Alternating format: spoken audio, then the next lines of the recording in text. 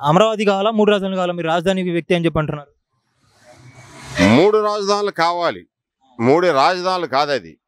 పరిపాలన 3 ప్రాంతాలు కూడా ఐక్యత భావంతో ముందుకు సాగిపోవాలి. 3 ప్రాంతాలను కూడా ప్రాంత విద్వేషాలు అనేది లేకుండా అందరిని సమన్వయం కలుపుకొని పోవాలి. అంతేగాని కక్షలతో విషపూరితంగా బహుజనులు అనేటువంటి వాళ్ళని అణిచిపెట్టేటువంటి విధానాన్ని చేసింది తెలుగుదేశం ప్రభుత్వం. అదే నేను సీఎంగా అయి ఉంటే ఈ రాష్ట్రానికి కరోనా వచ్చేది కాదని చెప్పి అప్పుడు చంద్రబాబు నాయుడు గారు చెప్పారు. దాని గురించి ఏమంటారు? అసలు ఆయన వచ్చినప్పుడు కూడా ఆయన మొత్తమే తెగుళ్ళు వస్తాయి. చంద్రబాబు నాయుడు గారు రావటమే వస్తుంది. తెగుళ్ళు, కష్టాలు, నష్టాలు జనానికి మొత్తం వస్తుంది. దేవగౌడ గారు భారతదేశం ప్రధానమంత్రిగా చేసినప్పుడు ఆలమట్టి డ్యాం కడుతున్నారు. మనకి ఆలమట్టి డ్యాం కడుతున్నారు. అప్పుడు ప్రతిపక్ష హోదాలో ఉన్నాడు మన దివంగత నేత మాజీ ముఖ్యమంత్రి వాళ్ళు రాజశేఖర రెడ్డి గారు. ఆయన రోషి గారు ఇద్దరు కలిసి కూర్చొని అసెంబ్లీలో, అయ్యా చంద్రబాబు నాయుడు గారు మన రాష్ట్రానికి నీరు రావాయా, అక్కడ ఆనకట్ట కడుతున్నారు పెచ్చు ఆలమట్టి డ్యాము, దాన్ని నువ్వు ఆపు చేయంటే వ్యవసాయం దండగాయ, కరెంటు తీగల మీద మీరు బట్టలు ఆరేసుకోండి అని చెప్పిన చంద్రబాబు నాయుడు గారు ఈయన. పథకాలు దండగా పథకాలు అమలు చేస్తే రాష్ట్రం శ్రీలంక అయిపోతుందని చెప్పన్నారు. ఇప్పుడు అవే పార్టీలు స్వరాలు మార్చేసి అంతకన్నా మిన్నగా గతంలో ఉన్న పథకాలను కూడా కొనసాగిస్తాం మేము వస్తాయని చెప్పి అన్నారు.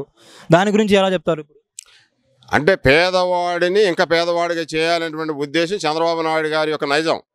ఈ ప్రభుత్వంలో అసలు మీకు ఆకట్టుకునేలాగా ఒక్కడు కూడా జరగలేదన్న. ఒకటి కూడా. స్కూళ్ళు బాగలేదా? స్కూళ్ళు అంటే ఇప్పుడు కడుతున్నారన్న. మొన్నదాకా లేదు కదా. ఇప్పుడు ఎలక్షన్ మూమెంట్ కాబట్టి ఓట్ల కోసం అని కడుతున్నారు. మొన్నదాకా లేదు కదా కట్టి. అది పథకాలు ఎక్కడైనా డబ్బులు ఇచ్చి తీసుకునేటట్టుగా లేకపోతే వాలంటీర్లు ఏమైనా ప్రలోభాలు పెట్టేలాగా ఏమైనా జరిగిందా? బయట అయితే జరిగినాయి అన్నారు చాలా మంది. డబ్బులు ఇవ్వకుండా వాళ్ళు వాడుకొని ముసలి దగ్గర అలా తీసుకొని చేశారని చాలా మంది చెప్పారు. అది మరి అమ్మ ఒడిలు ఉన్నాయి కదా, అవి సకాలంలో పడుతున్నాయా? ఫస్ట్ వేసినంత మందికి పడలా, సగం మందికే పడ్డాయి. ఇప్పుడు ఫస్ట్ వేసినంత మందికి పడలేదు కదా, సగం మందికే పడ్డాయి. వెల్ఫేర్ స్కీమ్స్ కావాలా, డెవలప్మెంట్ కావాలంటే ఏం కావాలంటావు? డెవలప్మెంటే కావాలి కదన్న. ఫస్ట్ డెవలప్మెంట్ వస్తే మనకి ఆల్రెడీ జాబులు వస్తే మన వాళ్ళు ఇక్కడ ఉంటారు. ఇక్కడే మనకి అంత ఏదైనా ఉంటుంది కదా. జాబులు వస్తే చాలు కదా. రాజధాని నుండి జాబులు వచ్చేది ఇక్కడ ఉంది చేసుకునే వాళ్ళందరూ. చంద్రబాబు నాయుడు గారిని అరెస్ట్ చేశారు కదా స్కిల్ కుంభకోణం కేసులో. సో దాంట్లో అది జెన్యూన్గా ఉందా, లేకపోతే దాంట్లో ఆయన అవినీతి చేసినట్టు, లేకపోతే ప్రభుత్వం కక్షపూరిత చర్యలాగా చేసింది? అది వాడిని లోపల పంపించారు కదా, ఇన్ని కూడా లోపల పంపించాలని దాని మీద చేశారు. అది దాంట్లో అయితే అది జరిగింది. అదండి. మంగళగిరేనా? మాది నవలూరు దగ్గర టిక్కో వెళ్ళి ఇచ్చారు. ఇస్తే అక్కడ అంత బాగానే ఉంది, సౌకర్యం అయితే వాటర్ అన్నీ బాగానే ఉన్నాయి. కాకపోతే డ్రైనేజ్ వేయలేవండి. కనీసం ఊడ్చేవాళ్ళు కానీ తీసుకెళ్లే వాళ్ళు కూడా ఎవరు లేరు. మేము ఉండేది 4వ ఫ్లోర్లో. మేము ఆ నుంచి వచ్చి కిందకి రావాలి. సరే ఏదన్నా చెత్త గీత ఏమైనా ఇంట్లో ఉందంటే మనం బకెట్లో కిందకి వేసి, ఇప్పుడు వాళ్ళు వచ్చారనుకో, అయ్యా వాళ్ళకి తీసుకుంటాం, వాళ్ళు తీసుకుంటారు, అందరూ వేసుకొని ఇచ్చేస్తారు బకెట్. మనం ఇప్పుడు ఏంటంటే చిన్నపిల్లలు వాళ్ళు ఉన్నారు కదా, మనం ఎట్టొస్తాము. ఇప్పుడు నేనంటే వెళ్ళిపోతా బయటికి. ఇప్పుడు అమ్మాయి ఉంటుంది, అలా ఏందో మరి ఏందో అర్థం కావట్లా. మరి ఏందో మేము చాలాసార్లు చెప్పాం కానీ, పంచాయతీలో చెప్పాం, నవలూరులో చెప్పాం కానీ వాళ్ళు ఎవరేమి వింటలా. ఆ బళ్ళు అయితే ఏమి రావట్లా. అక్కడ ఎంట్రన్స్లో వచ్చి మనం వేసి వెళ్ళాలి. ఏది చుట్టుపక్కల మొత్తం ఇవి తప్పక నేను పక్కన వేసాము. మళ్ళీ నీ ఇంటికాడ అయితే నన్ను అడుగుతారు, నా ఇంటికాడ అయితే నేను అడుగుతా. అదే నా ఇబ్బంది. పథకాలు కావాలా, అభివృద్ధి కావాలా? అభివృద్ధి కావాలి. పథకాలు ఏముంది? పథకాలు ఇవాళ ఎత్తారు, వెళ్ళిపోతారు బయటికి. మరి అభివృద్ధి అనుకో అందులోకి వెళ్తాం. ఏదైనా సమస్యలు వచ్చినాయి అనుకో అందులోకి వెళ్తాం. పథకాలు ఇస్తే ఏమవుతా, వాళ్ళు ఇచ్చి వెళ్ళిపోతారు రేపు పొద్దున. ప్రస్తుతం జనాలు కోరుకునేది ఏంటంటే మన రాజధాని విషయం ఏంటి, అసలు మన రాష్ట్ర భవిష్యత్తు ఏంటి అనేది, మీలాంటి యువతకి అసలు ఏం జరగబోతుంది అనేది ఒక ప్రశ్నార్థకంగా మిగిలిపోయింది మన రాష్ట్రంలో. ఈ కోణంలో చూసుకుంటే సరే జగన్ గారు ఏం చేశారు, చంద్రబాబు ఏం చేశాడు అనేది అది తెరిచిన చదువుకునే పుస్తకమే అందరికీ.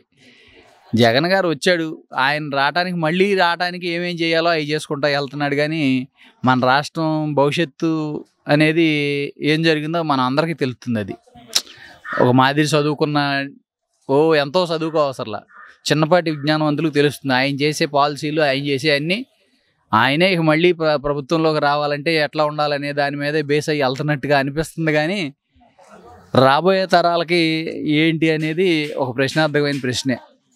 కుంభకోణంపై చంద్రబాబు నాయుడు గారిని 56 రోజుల పాటు జైల్లో పెట్టడం జరిగింది, అరెస్ట్ చేయడం జరిగింది కదా. అది ముమ్మాటికి కక్షపూరిత చర్య అని చెప్పి టీడీపీ పార్టీ కావచ్చు, తోక పత్రికలు కావచ్చు చెప్తున్నారని చెప్పి జగన్మోహన్ రెడ్డి గారు పదే పదే చెప్తున్నారు.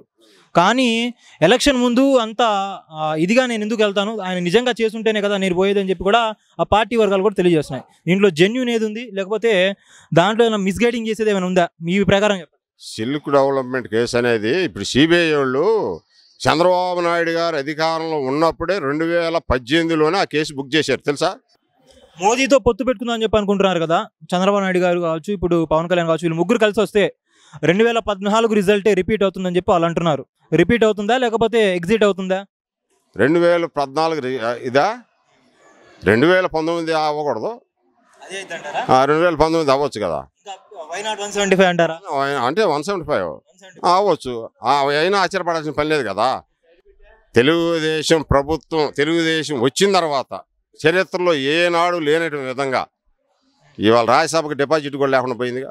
3 రాజ్యసభ సభ్యులు ఎన్నుకున్నారుగా వైసీపీ వాళ్ళని, అయిపోయారు కదా, 3 అయ్యారు కదా. మరి ఇంకెంతకన్నా సిగ్గుచేటు ఏముంది? నారా లోకేష్ గెలుస్తాడా ఏమన్నా? అసలు ఆ సీన్ లేదయ్యా. ఇంగ్లీష్ మీడియం కావాలా, తెలుగు మీడియం కావాలా? ఇంగ్లీష్ మీడియం కావాలి. అట్ ద సేమ్ టైం బోధించే వ్యక్తులకి ముందు ట్రైనింగ్ కావాలి. ఇప్పుడు మనకున్న ఈ మా ఎడ్యుకేషన్ సిస్టంలో మ్యాక్సిమం తెలుగు మీడియం నుంచి వచ్చిన టీచర్స్ ఎక్కువ. వాళ్ళకి ఎంతవరకు నాలెడ్జ్ ఉందో ఎక్స్ప్లెయిన్ చేయడానికి ఓకే, నాలెడ్జ్ ఉంది కాదంటలేదు, కానీ వాళ్ళకి తర్ఫీదు వాళ్ళకి కావాల్సిన కమ్యూనికేషన్ స్కిల్స్కి డెవలప్మెంట్ చేయటం కానీ, అదేవిధంగా ముందు వాళ్ళ ప్రణాళికలను ముందుగా అభివృద్ధి చేసి అప్పుడు నిదానంగా ఈ స్టెప్స్ తీసుకోవటం మంచిదే, బాగుంటుంది. పోలవరం సంగతి ఏంటి? పోలవరాన్ని పడుకోబెట్టేసినట్టే అనిపించింది రాష్ట్రం. ఎవరు పడుకోబెట్టారు? చూశాంగా అనిల్ కుమార్ గారు, తర్వాత వచ్చిన మంత్రి గారు అవనండి, అందరూ చూస్తున్నాం కదా. అప్పుడు ఆ రోజు చంద్రబాబు గారు నెలకు ఒకసారి బస్సులు సోమవారం పోలవరం అని చెప్పి పెట్టారు. అదే స్పీడ్లో వెళ్తే ఈ పార్టీ పోలవరం కంప్లీట్ అయిపోయేదేమో. ప్రత్యేక హోదా ఇక దాని గురించి ఇద్దరు పడుకోబెట్టారనే చెప్పాలి. పవన్ కళ్యాణ్ ఒక రాజకీయ శక్తిగా ఎదురుతున్నారని చెప్పి అంటున్నారు. ఇప్పుడు పవన్ కళ్యాణ్ కనుక వ్యక్తి టీడీపీకి సపోర్ట్ చేయకపోతే టీడీపీ అధికారంలోకి వస్తుందా? టీడీపీ అధికారంలో కంటే పోయినసారి సపోర్ట్ చేస్తున్నాయి కదా, అధికారంలోకి వచ్చింది. ఇప్పుడు అది చేస్తేనే కదా మరి అధికారంలోకి వచ్చేది. చంద్రబాబు నాయుడు గారికి ఎప్పుడు పొత్తు కావాలంటావా? పొత్తు కావాలా అంటే జనానికి మంచి చేయడానికి పొత్తు కావాల్సిందే కదన్నా. మరి మంచి చేయాలంటే కలిసి ఉంటే మంచిదే కదా. ఇప్పుడు ఆయన పోయినసారి ఉన్నప్పుడు మరి పవన్ కళ్యాణ్ పార్టీ పెట్టి ఫస్ట్ టైం వెళ్ళినప్పుడు అది గెలిచింది. ఆయన సొంత అయితే గెలిచేవాడు కాదు కదా. మరి వీళ్ళ ఓట్లన్నీ డిఫై అయిపోయి పడ్డాయి కదా ఈయన వచ్చాడని. మరి ఆయనే గెలిచినట్టే, అప్పుడు ఈయన గెలిపించినట్టే కదా. పవన్ కళ్యాణ్ గురించి ఒక మాటలో చెప్పాలంటే ఏం చెప్తావు? డబ్బుల కోసం ఆశపడ్డాన్న.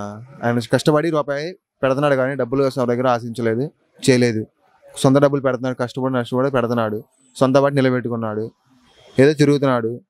నాకు తెలిసి పవన్ కళ్యాణ్ గెలిస్తే కొద్దిగా మాలాంటి వాళ్ళకి కానీ ఒక ముసలిళ్ళకి కానీ బాగా న్యాయం జరిగిద్ది అన్న. కౌలు అయితే సొంత డబ్బులు ఎవరు పెట్టారన్న? గెలిచిన చంద్రబాబు పెట్టలేదు, జగన్ పెట్టలేదు, ఇద్దరు. పవన్ కళ్యాణ్ సొంత డబ్బులు పెట్టాడు కదా, అది ఇంకన్నా. పవన్ కళ్యాణ్ సీఎం అవ్వాలని చెప్పి అనుకుంటున్నా అన్న. అవేంటంటే అడ్మినిస్ట్రేషన్, ఆయన నెక్స్ట్ పరిపాలన కూడా ఆయనకే రావడానికి పనికొచ్చే ఈ సంక్షేమ పథకాలలాగా అనిపిస్తున్నాయి, కానీ రాష్ట్రం ఒక విధానంలోకి వెళ్ళే దిక్సూచిలాగా అనిపించాల. యాజ్ ఏ కామన్ మ్యాన్గా నా అభిప్రాయం. విషయాల్లో కరెక్ట్ చేసుకుంటే ఆయన వచ్చే ఛాన్స్ ఉందంటారు? ఉండొచ్చు. మరి సిద్ధమా సంసిద్ధమా మీరు? మేము దేనికైనా రెడీ. పవన్ కళ్యాణ్ గురించి ఏం చెప్పాలనుకుంటున్నారు?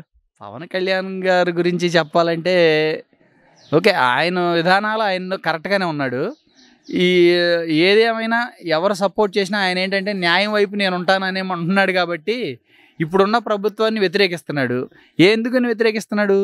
జరిగే ఈ పొరపాట్లు ఏదైతే ఇప్పుడు మనం చర్చించుకున్నామో, జగన్ గారి పరిపాలనలో కొన్ని పొరపాట్లు, ఆ పొరపాట్లు లేకుండా ఉంటే నేను జగన్కే సపోర్ట్ చేస్తాననే వ్యక్తిత్వం అయింది లెక్క ప్రకారం అయితే. ఎందుకంటే ఆయన విధి విధానాలు అలా ఉంటాయి.